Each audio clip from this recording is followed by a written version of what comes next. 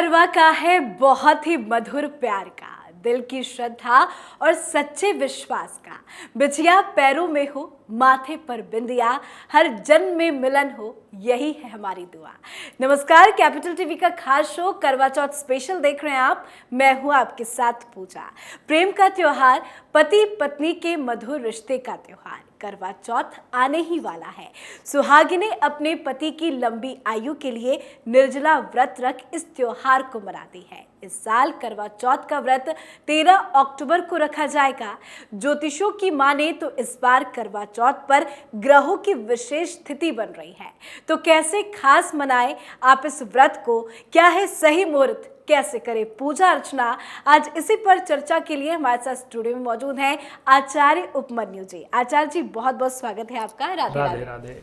नमः शिवाभ्यां नवयौवनाभ्यां परः श्रेष्ठ वपुरधराभ्यां नगेन्द्र कन्या वृषकेतुनाभ्यां नमो नमः शंकर पार्वतीभ्यां। पहले तो आप सभी दर्शकों को और आपको भी करवा चौथ की बहुत बहुत शुभकामनाएं। जो भी माताएं बहनें करवा चौथ का व्रत रखती हैं, ईश्वर करे उनकी सभी मनोकामनाएं पूर्ण हो जी। और मेरा सबसे पहला सवाल यही है आपसे कि इस बार का करवा चौथ कब है, सही मुहूर्त क्या है? जी, इस बार का जो करवा चौथ है वो 13 अक्टूबर सन 2022 जो हमारा चल रहा है, 13 अक्टूबर के दिन है। ये कार्तिक मास के कृष्ण पक्ष की चतुर्थी तिथि है। और इसमें मैं बता दूं, क्योंकि साउथ इंडिया से जुड़े हुए बहुत सारे दर्शक हैं हमारे, तो उनके लिए मैं बता दूं ये आश्विन मास वहां पर चल रहा होता है। आश्विन मास के कृष्ण पक्ष की चतुर्थी तिथि होती है ये। और हमारे यहाँ उत्तर भारत में कार्तिक मास के कृष्ण पक्ष की चतुर्थी तिथि है, जिसे कहा जाता है करक चतुर्थी। करवा चौथ नहीं कहा जाता है, करक चतुर्थी कहा जाता है। और पूजा का समय, जैसा कि बनारस का जो समय है, स्टैंडर्ड टाइम है, उसके आधार पर शाम को 7:53 का मतलब जो है समय है चंद्रमा के उदय होने का। वही समय होगा पूजन के मुहूर्त का, क्योंकि चंद्र उदय में ही इसका अर्घ देने का विधान है, वही पूजन का मुहूर्त होता है, इसके लिए निश्चित किया गया है। अब पूजन का विधान पर अगर बात कर ली जाए कि पूजन का विधान क्या है, तो पूजन का विधान यही है कि जब माताएं जो है व्रत करती हैं, तो उन्हें व्रत करते समय मतलब जो है जो सावधानियां रखती हैं, निर्जला व्रत करती हैं इत्यादि जो भी उनकी व्यवस्थाएं हैं, तो मैं बता दूं पूजन में एक अभिन्न अंग है जो एकदम विलुप्त हो चुका है, जिसका उल्लेख वामन पुराण में मिलता है। ये करक चौथ का सबसे पहली चीज जो मैं आपको बताना चाहूंगा, हम लोग पूजन के विधान पर बात कर रहे हैं, उससे पहले शायद हम लोगों को ये जान लेना चाहिए कि करक चौथ आया कहां से, ये करवा चौथ का व्रत कब से, किसने बताया कि करवा चौथ भी होता है, क्योंकि भाई ऐसे तो कहीं से आ नहीं जाएगा कुछ। तो करवा चौथ का पहला उल्लेख जो मिलता है वो महाभारत काल के समय का है, जब भगवान कृष्ण और द्रौपदी के बीच का संवाद है। वन पर्व 37वां अध्याय है महाभारत में, जब अर्जुन जो है पशुपति अस्त्र की प्राप्ति के लिए इंद्रकील पर्वत पर तपस्या करने के लिए जाते हैं, इंद्र को प्रसन्न करने के लिए जाते हैं। तो उस समय भगवान कृष्ण द्रौपदी से, ये वहां पर उल्लेख नहीं है कि उन्होंने कौन सा व्रत बताया, महाभारत में नहीं है, इसका उल्लेख वामन पुराण में है। तब भगवान कृष्ण द्रौपदी से करक चतुर्थी के व्रत के लिए कहते हैं, क्योंकि द्रौपदी बहुत परेशान हो जाती है कि मेरा पति इतने कठोर तप के लिए गया है और आगे युद्ध सर पर है, तो मेरे पति का क्या होगा, कैसे मतलब जो है विजय होगी, या मतलब कैसे वो जो है वहां जाके वो कठोर तप कर पाएंगे, उनका जीवन कैसे सुरक्षित होगा। तब भगवान कृष्ण करक चतुर्थी के व्रत के बारे में द्रौपदी को बताते हैं। तब द्रौपदी ये व्रत करती हैं। तो इसका विधान जो पूजन का है मैं वो आपको बता दूं। विधान के अंतर्गत व्रत रखना चाहिए और भगवान शिव, माता पार्वती और गणेश जी, इन तीनों का ही पूजन करना चाहिए। तीनों का मतलब जो है एक बट वृक्ष, एक मतलब जो है बरगद के पत्ते पर या बरगद के वृक्ष का आधार बनाकर, अगर ना मिले तो बरगद का पत्ता हो, उसी पर आप जो है मूल भाग में भगवान शिव, माता पार्वती इत्यादि मतलब जो है भगवान गणपति, इन सभी का आधार रखकर आप पूजन कर सकते हैं। अब तो चित्र आ गए हैं प्रचलन में, आप चित्र ला करके पूजन कर सकते हैं उन सभी का। तो इसका पूजन किया जाता है और पूजन के पश्चात 10 करवे जल इत्यादि जो भी सामग्री आपके पास उपलब्ध हो वो भर करके ब्राह्मणों को दान की जाती है, 10 ब्राह्मणों को।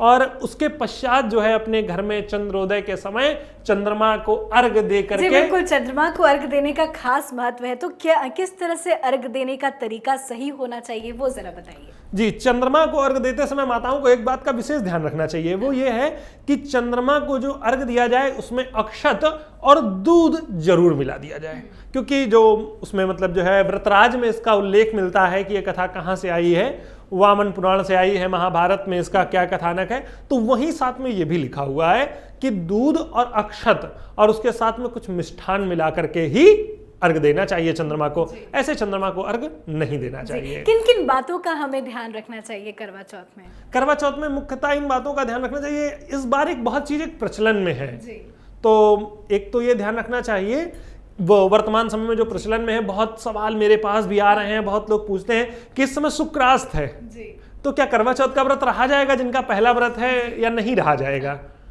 तो मैं आपको बता दूं, व्रत रहा जाएगा। जिसको आधार बनाकर, एक हमारे यहाँ बहुत पुरानी कहावत है कि करवा चौथ है तो मटकी के पूजन है, तो मैं वही कहावत आपको बता दूं, अधजल गगरी छलकत जाए, आधी भरी हुई गगरी बहुत छलकती है। वो तो वही आधार है कि इस समय बहुत मतलब जो है ऐसे पढ़े लिखे विद्वान तैयार हो गए हैं जो आधी गगरी भरी हुई है। वो ज्योतिष बृहद ज्योतिष सार का एक उल्लेख करते हैं कि जब बृहस्पति और शुक्र अस्त हो तो कोई व्रत आरंभ नहीं करना चाहिए। तो मैं उनको बता दूं कि उस जहां लिखा हुआ है ना, वहां उन्हें बहुत गौर से पढ़ने की आवश्यकता है कि एक बार उसी के अंत, जहां से उस श्लोक का अंत हो रहा है या जहां से वो हिंदी पढ़ रहे हो रूपांतरण, तो वो उस हिंदी को पढ़ सकते हैं। कहा गया है जब शुक्र या बृहस्पति उदय अस्त हो रहे हो, ना कि उदय अस्त हो चुके हो। जब अस्त हो चुके हो तब भी दोष नहीं है, जब उदय हो चुके हो तब भी दोष नहीं है। दोष होता है जब वो वृद्ध हो, अर्थात अस्त होने की प्रक्रिया में हो ग्रह, तो उस समय, और या फिर जब उदय हो रहा हो, तो जब उदय होने की प्रक्रिया में हो, वो उदय हो चुका हो, उदय हो या अस्त हो, उन दोनों ही समयों पर कोई नया व्रत करना मना है। उसका अस्त या उदय, अब शुक्र पूर्ण रूप से अस्त हो चुके हैं तो आप इस समय व्रत का आरंभ कर सकते हैं। तो इस बात का बहुत बारीकी से ध्यान रखना चाहिए जिनका भी पहला व्रत है या अन्य समय के भी व्रत है, कोई आरंभ करते हैं जीवन में जब शुक्र अस्ताचल को जा रहे हो या जब उदय हो रहे हो, तो इस प्रकार का ध्यान रखना चाहिए। 15 दिन या फिर कहा गया है 3 दिन का मतलब जो है मिनिमम ध्यान रखना चाहिए। बहुत सारे लोगों के मन में ये कंफ्यूजन भी था कि जिनको पहली बार ये व्रत करना है वो करे या ना करे, आपने बहुत बड़ा कंफ्यूजन दूर कर दिया। एक और सवाल मेरा आपसे है कि चंद्रमा को अर्घ देने में क्या कुछ चढ़ाया जाना चाहिए? चंद्रमा को अर्घ देने में देखिए, मैं पहली चीज बता दूं कि चंद्रमा के जो पूजन का विधान था, ये सबसे पहला विधान जो मुझे मतलब जो है मिलता है, जो भगवान कृष्ण ने द्रौपदी जी को कथानक सुनाया था, वहां जो पूजन का उल्लेख मिलता है मैं वही बता देता हूं आपको। वहां पर जो उल्लेख मिलता है वह ये मिलता है कि जब सायंकालीन, जब आप ब्राह्मणों को भी 10 कलश दान कर देते हैं अपना पूजन करने, व्रत करने के पश्चात, जो सामग्री उपलब्ध थी वो भरकर, उसके पश्चात आपको सायंकालीन अपने घर में वो वटवृक्ष का मैंने उल्लेख किया, वो बना करके वहां पूजन करते हैं। आपको उसमें एक मतलब जो है विशेष प्रकार के मिष्ठान को बनाकर मतलब जो है समर्पित करने की व्यवस्था बताई गई है, जो आप वहां समर्पित करें। और उसके साथ में आपको ऐसा कुछ भी नहीं है जो कहा गया हो कि नहीं आप जरूर समर्पित करें अन्यथा पूजन पूर्ण नहीं होगा। यहाँ विशेषकर सिर्फ जो है दुग्ध और जल मिश्रित अर्घ देने का विधान बताया गया है। और जैसा कि एक बहुत प्रचलन में है, हमारे यहाँ क्या होता है, चीजें बहुत प्रचलन में आ जाती हैं तो उनको लोग विधान मान लेते हैं कि छलनी से जो है फिल्मों की स्टाइल में करवा चौथ मनाया जा रहा है, चंद्रमा को देखना। तो उसके लिए मैं बता दूं ये कहां से आया, कि जब एक ब्राह्मण थे जिन्होंने अपनी कन्या का विवाह जो है बहुत एक सुयोग्य घर देख करके कर दिया, उस कन्या का नाम वीरावती था। उसी व्रत का उल्लेख, उसी समय का उल्लेख कृष्ण ने द्रौपदी से किया है कि जब वीरावती का विवाह कर दिया गया तो वीरावती का जो पति था वो मतलब जो है अपना वो वहां था अपने घर में, और वीरावती पिता के घर आ चुकी थी। गौने से पहले का उल्लेख है। जब वो यहाँ आ गई उन्होंने व्रत किया और उसके पश्चात उनकी भाभियों ने भी उनके साथ में व्रत किया। 7 भाई थे, जो कथा पढ़ी जाती है करवा चौथ में। तो मैं बता दूं ये कथा वामन पुराण की है। उस समय जब इन्होंने व्रत किया तो मतलब बालिका थी उस समय, कम उम्र में विवाह, मतलब एक समय सीमित समय होता था जब विवाह हो जाया करते थे। तो उन्होंने जब व्रत किया तो मतलब बेहोश हो गई, मूर्छित हो गई कि इतना कम उम्र में मतलब जो है पहली बार व्रत था तो कठिन व्रत होता भी है। हाँ, कठिन व्रत है। मूर्छित हो गई, तो जब मूर्छित हो गई तो उनके ऊपर जल छिड़क करके उनको होश में लाया गया। तो उनके भाई के अंदर एक बहुत प्रेम जागा कि मेरी बहन है, भाई कैसे इतनी देर भूखी रह सकती है। तो एक पेड़ पर चढ़कर उनके भाई ने एक मसाल जलती हुई मसाल दिखा दी और कहा, मतलब उनके नीचे से दूसरे भाइयों ने भाभियों ने कहा कि यही मसाल, यही चंद्रमा उदय हो रहा है, इसी को देखकर अर्घ दे दो। तो उस वीरावती ने, उस कन्या ने वहीं पर जो है अर्घ दे करके, उसी मसाल को अर्घ दे करके वो व्रत अपना कर लिया, जिसके कारण उसके पति की मृत्यु हो गई। क्यों? क्योंकि छल था, और उसी छल का स्वरूप वो छन्नी है। जो छन्नी से देखा जाता है ना, वो जो छल हुआ ना उसमें, वही छल है वो छन्नी। छन्नी को छल के स्वरूप में आज भी माना जाता है। और फिर उसके पश्चात जब वीरावती ने मतलब व्रत किया और उसके कारण उसके पति की मृत्यु हो गई, तो 1 वर्ष तक फिर वीरावती ने उसके पश्चात कोई जो है आहार नहीं लिया। मतलब जो है 1 वर्ष तक व्रत किया। उसके पश्चात इंद्राणी प्रसन्न हो गई। इंद्राणी जो इंद्र की पत्नी है, सची नाम है उनका, वो प्रसन्न हो गई और उन्होंने प्रकट होकर के पूरी मतलब जो यथा स्थिति बताई। जब वीरावती ने पूछा कि भाई मैंने तो व्रत किया था, मेरा पति कैसे मतलब जो है वो हो सकता है, कुछ हो सकता है उसके साथ, तब इंद्राणी ने बताया कि ये छल था जिसके कारण तुम्हारे पति की मृत्यु हो गई।